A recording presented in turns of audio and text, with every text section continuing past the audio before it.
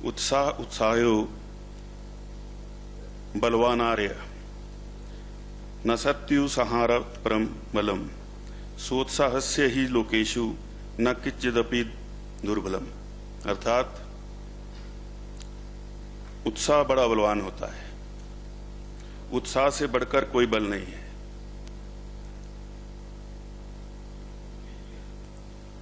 पुरुष के लिए संसार में, उत्साही पुरुष के लिए संसार में कुछ भी दुर्लभ नहीं है।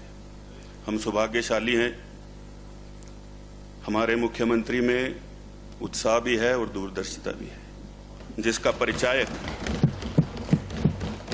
जो बजट यहाँ पेश किया गया है प्रदेश हित में, जनहित में, वो है। और हर वर्ग का इसके अंदर ख्याल रखा गया है। ये पहली बार है कि देश के अंदर कोई प्रदेश हरित प्रदेश, ग्रीन स्टेट बनने की ओर माननीय मुख्यमंत्री जी के मार्गदर्शन में आगे की ओर बढ़ रहा है। और इसमें जो इलेक्ट्रिक व्हीकल्स की पॉलिसी लेकर के आए हैं, मैं समझता हूं कि बाकी प्रदेश भी आगे चल करके उसका अनुसरण करेंगे और हिमाचल के नाम को कोट किया जाएगा। और न केवल इलेक्ट्रिकल व्हीकल्स, जो सौर ऊर्जा के क्षेत्र में बेरोजगार जो हमारे नौजवान हैं, उनकी आय बढ़ाने के लिए एक नई योजना लेकर के आए हैं, जिसमें 50% सब्सिडी जो है वो प्रदेश सरकार बेरोजगार नौजवानों को देगी।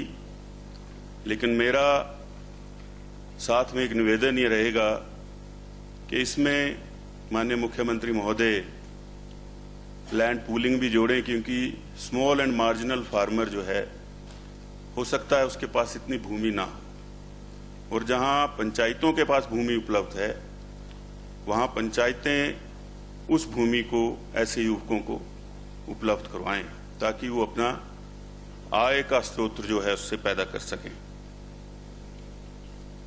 आपने कांगड़ा जिला को टूरिज्म कैपिटल बनाने का प्रण लिया है, और उसी के चलते आज कांगड़ा का जो हवाई अड्डा है उसको एक ही चरण में, एक मुश्त तरीके से उसकी हवाई पट्टी को बड़ा किया जा रहा है। कई बार मैं पढ़ता रहता हूं समाचार पत्रों में, इधर विरोध हो रहा है, उधर विरोध हो रहा है, बहुत चर्चा भी इसके बारे में हुई।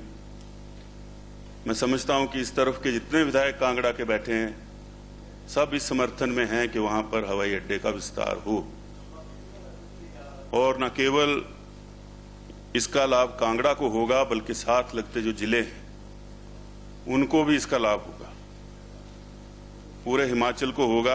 और इसको पर्यटन की दृष्टि से ही ना देखा जाए, इसमें फ्रेट भी आएगा, सुरक्षा की दृष्टि से भी इसको देखा जाए।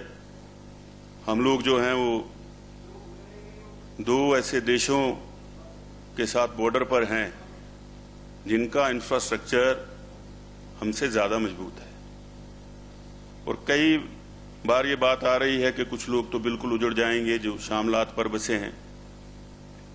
माननीय मुख्यमंत्री जी ने आश्वासन दिया कि उनका भी प्रबंधन जो है वर्तमान सरकार करेगी। इससे ज्यादा जो है वो सरकार और क्या कर सकती है। कहीं भी मुआवजा ऐसी जगह नहीं दिया जाता जहां पर लोग सरकारी भूमि पर बैठे, और उसके साथ जो चीजें आएंगी पूरे जिले की अर्थव्यवस्था को बदलेंगी, और उसके चलते जिले के रहने वाले लोगों की आर्थिकी में वृद्धि होगी। चाहे वो चिड़ियाघर आ रहा हो अंतर्राष्ट्रीय स्तर का, गोल्फ कोर्स आ रहा हो, और कई नई चीजें हैं जिनको लेकर के माननीय मुख्यमंत्री जी के नेतृत्व में ये सरकार लेकर के आ रही है। आज हेलीपोर्ट्स हर जिले में बन रहे हैं। हम हमेशा ये सोच लेते हैं कि हेलीपोर्ट में भी पर्यटक ही आएगा, हम भूल जाते हैं हम सेस्मिक जोन 5 पर हैं। न केवल पर्यटक आएगा बल्कि कभी आपदा आ गई तो इवैक्यूएशन भी इन्हीं जगहों से होएगा। तो हमें होलिस्टिक अप्रोच के साथ और आगे बढ़ने की जो मंशा है उसके साथ और उसको ध्यान में रखते हुए पूरे जो बजट को है वो ध्यानपूर्वक देखना चाहिए। आज बात हो रही थी कि पुराने ही बजट की ये ऐसा लगता है कॉपी पेस्ट है। पिछले 5 वर्षों में स्मार्ट सिटी मिशन के अंदर शिमला और धर्मशाला 2 स्मार्ट सिटीज हैं, उनके बजट में कटौती कर दी गई। 50-50 शेयर होल्डिंग पर था केंद्र सरकार के साथ। पूर्व की सरकार ने सिर्फ 20% पैसा उसमें दिया, जिसके चलते जो प्रारूप और स्वरूप इन शहरों का होना चाहिए था, बदलना चाहिए था, वो नहीं हो पाया। और जिस मंशा के साथ योजना आई थी, मुझे लगता है कि उसको भी बहुत बड़ा धक्का लगा है। बहुत चर्चा इस सदन में हुई, माननीय अध्यक्ष महोदय के बहुत सारे कार्यालय जो हैं वो बंद हो गए। पिछले 5 वर्षों में कांगड़ा जिला से ही दर्जनों ऐसे फंक्शनल ऑफिसेज थे, कार्यालय थे, जो कि वहां से उठा करके दूसरे जिलों में भेज दिए गए। नए तो खोलना दूर की बात है। और आज बात करते हैं कि संस्थान बंद हो गए हैं। आज समय आ गया है, कोरोना से हमने सीखा है वर्क फ्रॉम होम। हमें टॉप हैवी स्ट्रक्चर जो है ब्यूरोक्रेटिक, वो नहीं चाहिए। हम लोगों को गांव में बैठे हुए व्यक्ति तक पहुंचना है, और उस तक अगर वो सुविधा कहीं से भी पहुंचती हो, वो पहुंचानी है। सिर्फ एक कार्यालय खोल देने से, वहां अधिकारी बिठा देने से और उसके चक्कर लोग बार बार काट रहे हैं, उससे बदलाव नहीं आएगा। वर्तमान सरकार का जो नारा है व्यवस्था परिवर्तन का, उससे बदलाव आएगा। और ये सोच है मुख्यमंत्री जी की कि हम उन लोगों तक पहुंचे। मैं एयरपोर्ट की बात कर रहा था, हेलीपोर्ट्स की बात कर रहा था। माननीय मुख्यमंत्री जी, मैं आपके संदर्भ में आपके ध्यानार्थ एक बात लाना चाहता हूं कि भारत सरकार भी अब एरोड्रोम पॉलिसी बना रही है। हमारे पास बहुत बड़े बड़े बांध हैं, चमेरा है, पोंग डैम है, पंडो है, रिवालसर है। उस पॉलिसी के तहत प्रदेश को इसका भी दोहन करना चाहिए। और क्योंकि अभी पॉलिसी बनी नहीं, एक जो माननीय प्रधानमंत्री जी ने गुजरात में उतारा था, वो 1 दिन के लिए आया, उतरा, एक सोटी हुई, वापस मलेशिया चला गया, क्योंकि वहीं चलते हैं, वहीं से आया था, क्योंकि पॉलिसी नहीं थी एयरपोर्ट अथॉरिटी ऑफ इंडिया की। तो अब जाकर के पॉलिसी बनने लगी है। हमको हमारे ये जो बांध हैं, इनका भी दोहन पर्यटन के क्षेत्र में करने की आवश्यकता है। इसके साथ साथ आज कह रहे हैं कि सरकार ने बजट में कुछ नया नहीं दिया। Rajiv Gandhi day boarding school शुरू होने जा रहे हैं।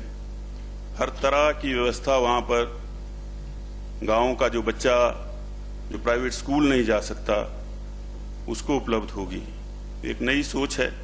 स्मार्ट क्लासेस जो हैं वो स्कूलों में शुरू की जाएंगी, ये एक नई सोच है। और आज तो जिस तरह से माननीय मुख्यमंत्री जी ने कहा था कि क्लोरीन का इस्तेमाल बंद कर दिया जाएगा पीने के पानी में, कई ऐसे देश हैं जिन्होंने कि बोटल्ड वाटर को भी बंद कर दिया है। वो कहते हैं नलके से हमारे अपने पानी की बोतल भर लो, और प्लास्टिक पर बैन है। तो उस तरफ को अगर हम एक ग्रीन स्टेट की ओर बढ़ रहे हैं, तो हमें इस तरह के कदम उठाने होंगे। और अर्थव्यवस्था अगर बिगड़ी है तो उसको ठीक करने के लिए कड़े कदम भी अगर उठाने पड़ते हैं, ये सदन माननीय मुख्यमंत्री के साथ खड़ा है। प्रदेश के हित के लिए कड़े से कड़े कदम भी उठाने पड़े तो वो उठाने चाहिए, न केवल आज के लिए बल्कि भविष्य में जो आने वाली पीढ़ियां हैं उनको भी हमको ध्यान में रखना है। हमको आज ही में नहीं जीना है और एक कार्यकाल मिला है तो उसी के लिए नहीं जीना है। कुछ ऐसा करके जाना है कि आने वाले समय में लोग याद रखें कि ऐसी एक सरकार आई थी जिसने इस प्रदेश को वापस पटरी पर लाया। और ज़्यादा समय मैं नहीं लूँगा। अंत में मैं कहना चाहूँगा कि ये सुख का बजट है, एक नए रुख का बजट है, ये विकास का बजट है, ये आत्मनिर्भर हिमाचल का बजट है, ये हर वर्ग का बजट है, ये ग्रीन हिमाचल का बजट है, ये रोजगारोन्मुखी बजट है।